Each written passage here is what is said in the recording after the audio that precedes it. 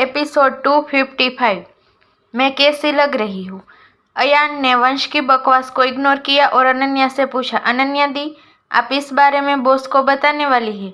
बताना तो पड़ेगा ही, अगर नहीं बताया तो अरशद को पता कैसे चलेगा? मैंने अपना फर्स्ट टास्क पूरा कर लिया है। यह कहते हुए अनन्या मुस्कुराई, मगर अगले ही पल उसने मुंह बनाते हुए कहा, मुझे लगता है मुझे मेरा सेकंड टास्क भी मिल गया है। Second task? दोनों ने पूछा तो अनन्या ने अपना सिर हिलाते हुए कहा, हाँ, सेकंड टास्क।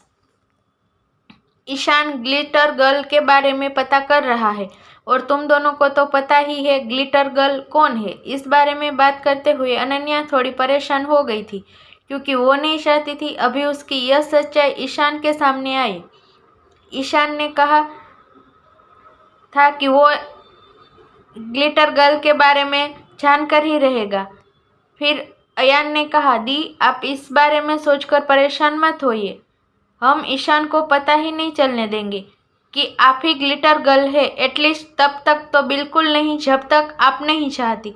साध्वी की शादी को अब बस 3 दिन बचे थे। उसका पूरा परिवार उसकी शादी की तैयारियों में लगा था। दूसरी, उसने आज रात बैचलर पार्टी का प्रोग्राम बना लिया था।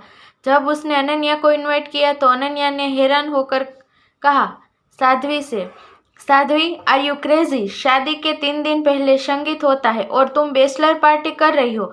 तुम्हारे पेरेंट्स ने इसकी इजाज़त कैसे दे दी? यार, अब मैं क्या करती? तू तो जानती है मेरे सारे फ्रेंड फॉरेन से आए हैं और वो सब अब मुझसे बैचलर पार्टी की डिमांड कर रहे हैं। मैं मना नहीं कर पाई। वैसे भी संगीत कल और हल्दी मेहंदी का प्रोग्राम परसों है।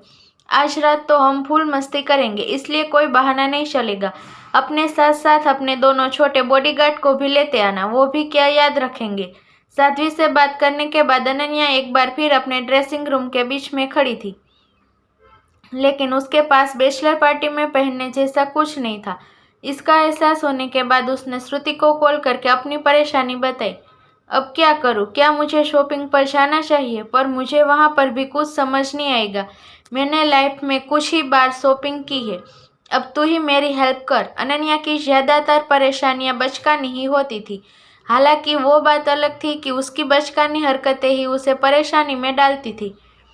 श्रुति ने हंसते हुए कहा, ठीक है, मैं कुछ करती हूँ, पर उससे पहले मुझे यह बता, तूने अरशद भाई से परमिशन ली पार्टी में जाने की? इस पर अनन्या ने मुंह बिगाड़ते हुए कहा, परमिशन? परमिशन लेने के लिए बात होनी चाहिए। अरशद तो कई दिनों से गायब है और अब मुझे इसकी आदत हो चुकी है। वैसे भी वंश और अयान साथ में है, मैं कहीं भी जा सकती हूँ। अरशद ने ही ऐसा कहा है, इसलिए तू अरशद की फिक्र मत कर और जल्दी से मेरे लिए कुछ ड्रेसेस भेज दे, साथ में मैचिंग फुटवेयर भी। 2 घंटे बाद अनन्या के सामने पार्टी के लिए बहुत सी ड्रेसेस थी। उसने एक एक करके सभी ड्रेस को ट्राई किया और आखिर में उसे एक मैरून बॉडीकॉन बहुत पसंद आई, मगर उसे ठीक नहीं लग रही थी और वो थी उसके बॉडी के निशान। जब मैं सुंदर थी तब इन ड्रेसेस को पहनने का सपना सपना ही रह गया। आज मौका मिला भी है तब भी पहन नहीं पा रही हूँ। हताश होकर उसने ग्रे रंग की फुल लेंथ कॉकटेल ड्रेस पहन ली। यह ड्रेस भी पहले वाली ड्रेस की तरह ऑफ शोल्डर थी, मगर अब उसके हाथ और फेस के दाग दूर से पता नहीं चलते थे। इससे भी ज़्यादा अनन्या इस ड्रेस में ज़्यादा अच्छी लग रही थी। लेकिन कहते हैं ना, एक बार अगर किसी पर दिल आ गया तो आ गया। वंश और अयान ने पहली बार अनन्या को ऐसे कपड़े में देखा था। वही नहीं, विला का हर मेंबर अनन्या को इन कपड़ों में देखकर शॉक्ड था। सबको एक तक खुद को घूरता देख अनन्या ने पूछा, सब मुझे ऐसे क्यों देख रहे हैं? क्या मैं अच्छी नहीं लग रही? क्या मुझे चेंज कर लेना चाहिए? यह सुनकर सबने आखिरकार उसे घूरना बंद कर दिया। वंश अनन्या के पास जाते हुए बोला, वेल, आजकल आप खुद पर काफ़ी एक्सपेरिमेंट कर रही है। हर दिन नई नई स्टाइल। क्यों मुझे डिफरेंट स्टाइल कैरी करने का हक नहीं है? अनन्या ने पूछा। तो वंश बोला, बिल्कुल है, पर क्या बॉस आपको ऐसे देखना बर्दाश्त कर सकते हैं? जहाँ तक हम बॉस को जानते हैं, उन्हें ऐसे कपड़े बिल्कुल पसंद नहीं है। यू नो, हमारे द ग्रेट एडी पुराने ख्यालात के इंसान हैं। वो आपको ऐसे देखना बर्दाश्त नहीं कर पाएंगे। अनन्या भी इस बात को अच्छे से जानती थी। सालों पहले उसने अपने इस जिद की वजह से अरशद से थप्पड़ भी खाए थे। खैर, उस वक्त उसकी शादी नहीं हुई थी और वो भी अरशद से बहुत डरती थी, लेकिन अब अब वो डर कहीं ना कहीं कम हो चुका था। अनन्या ने कहा, अरशद का रिएक्शन बाद में देखेंगे, क्या पता उसे इस बारे में पता ही ना चले, इसलिए अब हमें चलना चाहिए। मुझे मेकअप करके अपने इन दागों को भी छुपाना है।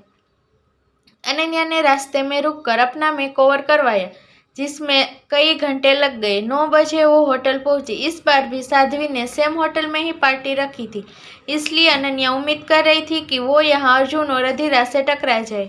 वो उनसे तो नहीं टकराई, मगर हाँ, उसे यहाँ एक जाना पहचाना चेहरा देखने को मिला, और यह चेहरा था नैना देसाई का। वही नैना देसाई जिसने एक जमाने में उसके डिजाइन को अपना कहा था और बाद में उसे बहुत क्रिटिसाइड किया गया था। हालांकि अनन्या का ध्यान नैना देसाई ने नहीं, बल्कि उससे बात कर रहे इंसान ईशान ने खींचा था। ईशान जिस तरह से नैना से बात कर रहा था, उसे ऐसा लग रहा था वो नैना से कुछ पूछ रहा हो। कहीं यह नैना देसाई से ग्लिटर गर्ल के बारे में तो पता नहीं करना कोशिश कर रहा है। अयान ने दोनों को साथ देखकर अनन्या से कहा। अब तो अनन्या को यही शक होने लगा। तभी अयान ने उससे फिर से पूछा, अनन्या दी, आप पर्सनली किसी डिजाइनर के कांटेक्ट में है क्या, या पहले कभी थी? नहीं, मुझे कोई नहीं जानता, ना ही मैं पर्सनली किसी के कांटेक्ट में रही हूँ। अनन्या ने अयान को बताया तो अयान बोला, फिर चिंता की कोई बात नहीं है, वो आप तक कभी नहीं पहुँच पाएगा। हाँ, मैं भी जानती हूँ, पर क्या इसका पर्सनली सभी डिजाइनर को जाकर यह पूछना कि वो ग्लिटर गर्ल को जानते हैं या नहीं, अजीब नहीं है? यह लड़का ऐसे ऑकवर्ड मूवमेंट वाले काम कैसे कर लेता है? अयान अनन्या बात कर ही रहे थे, इतने में वंश कार पार्क करके आ गया और तीनों एक साथ पार्टी में चले गए।